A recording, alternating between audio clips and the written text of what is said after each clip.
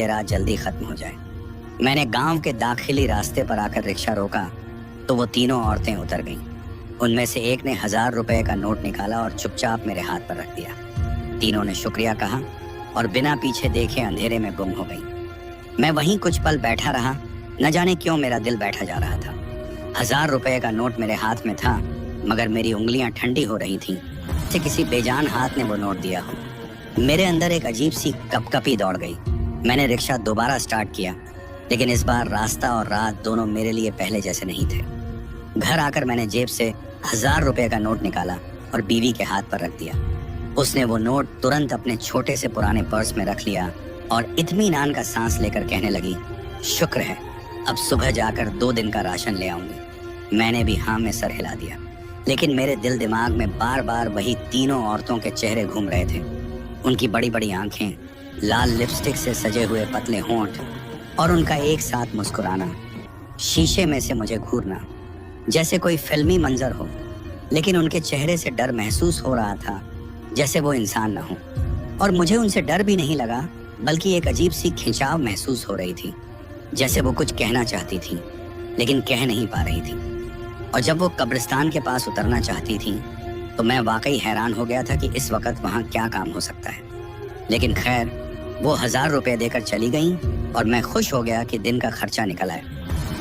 सुबह जब मैं काम पर जाने लगा तो बीवी जल्दी उठ गई और कहने लगी कि मैं बाजार से राशन ले आती हूँ। मैंने कहा ठीक है और खुद काम पर निकल गया। थोड़ी देर बाद मेरा फोन बजा। बीवी का नंबर था। मैंने फोन उठाया तो वो बहुत परेशान सी आवाज में कहने लगी, आप जरा घर आ सकते हैं? मैंने कहा क्या हुआ, कोई खास बात है जो फोन पर नहीं बता सकती? तो कहने लगी, बात ही कुछ अजीब सी है और आपको खसोट देखना होगा। मैंने दिल ही दिल में परेशानी महसूस की और कहा, बच्चों को कुछ हुआ तो नहीं? तो उसने कहा, नहीं, बच्चे बिल्कुल ठीक हैं, लेकिन आप घर आ जाएं। जब मैं घर पहुंचा तो बीवी ने मुझे अंदर बिठाया और कहने लगी, आपने जो कल मुझे 1000 रुपए दिए थे ना, मैंने उनसे चीनी, चावल, दाल वगैरह खरीदी और पर्स में बाकी पैसे रख दिए थे। लेकिन जब अभी मैंने पर्स खोला तो उसके अंदर फिर से 1000 रुपए का नोट पड़ा हुआ है। मैंने कहा, हो सकता है तुमने रख कर भूल गई हो। वो कहने लगी, आप खुद पर्स में देखें। मैंने वो पर्स हाथ में लिया, अंदर झांका और वाकई 1000 रुपए का नोट रखा था। मैंने निकालकर उसकी हथेली पर रख दिया। वो फिर से पर्स में झांकने लगी और उसकी आंखें हैरत से फैल गईं। कहने लगी, फिर देखें।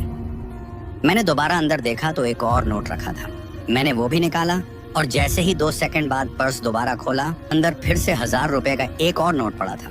हम दोनों हैरानी से एक दूसरे को देखने लगे। हमारे दिल की धड़कनें तेज हो गई थी। हम बार बार पर्स खोलकर देखते और हर बार उसमें से 1000 रुपए का नया नोट निकल आता था, जैसे किसी जादू का कमाल हो, जैसे पर्स किसी जिन्न का तोहफा हो, या जैसे किसी छिपे हुए खजाने का मुंह खुल गया हो।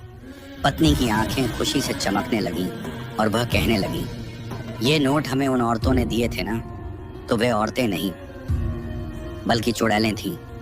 मैं स्तब्ध बैठा उसकी ओर देख रहा था। मैंने कहा, अगर वे चुड़ैलें थीं तो उन्होंने हमें नुकसान क्यों नहीं पहुंचाया, बल्कि उल्टा हमारी मदद हो रही है। क्योंकि अगर ऐसा ही चलता रहा तो हमारे पास कभी पैसे खत्म ही नहीं होंगे। पत्नी तो इस गलतफहमी में पड़ गई कि हमारी किस्मत जाग गई है और उसी वक्त फिर बाजार जाने की तैयारी करने लगी। सिब्बू की मैं और राशन ले आऊंगी। मैंने उसे कहा, रुको, हर बार ऐसा मत करना, वरना मोहल्ले वालों को शक हो जाएगा। वह बोली, मैं तो कुछ छुपा कर ही लाऊंगी। लेकिन मेरा दिल अंदर से कांप रहा था, क्योंकि मुझे वे औरतें अब भी याद आ रही थीं।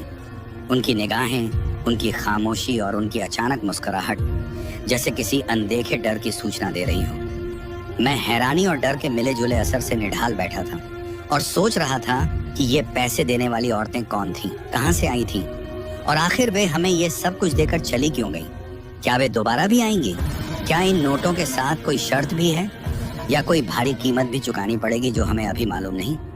लेकिन पत्नी तो खुशी से झूम रही थी और कह रही थी कि ये तो नेमत है जो हमें आसमान से मिली है। लेकिन मेरे दिल में अब भी एक अजीब सा डर बैठा हुआ था, जैसे ये सब कुछ सामान्य नहीं बल्कि किसी अनदेखी ताकत का खेल है, जिसके नतीजे हम नहीं जानते और ना समझ सकते हैं। अगले दिन मैं दिल में डर और जिज्ञासा लिए रिक्शा लेकर फिर उसी रास्ते पर निकल पड़ा जहां मुझे वे तीनों औरतें मिली थीं। मैं चाहता था कि उनसे दोबारा मुलाकात हो, ताकि मैं उनसे पूछ सकूं कि आखिर उन्होंने मुझे ऐसा नोट क्यों दिया था, मेरी मदद क्यों की थी। क्या वजह थी कि वे कब्रिस्तान के करीब उतर गई थी? क्या वे वाकई इंसान थीं या कुछ और? मेरा दिल जोर जोर से धड़क रहा था। मैं अंदर से बहुत घबराया हुआ था। मैं ये भी चाहता था कि वे औरतें न मिलें, क्योंकि उनके चेहरे और अंदाज अब भी मेरी आंखों के सामने घूम रहे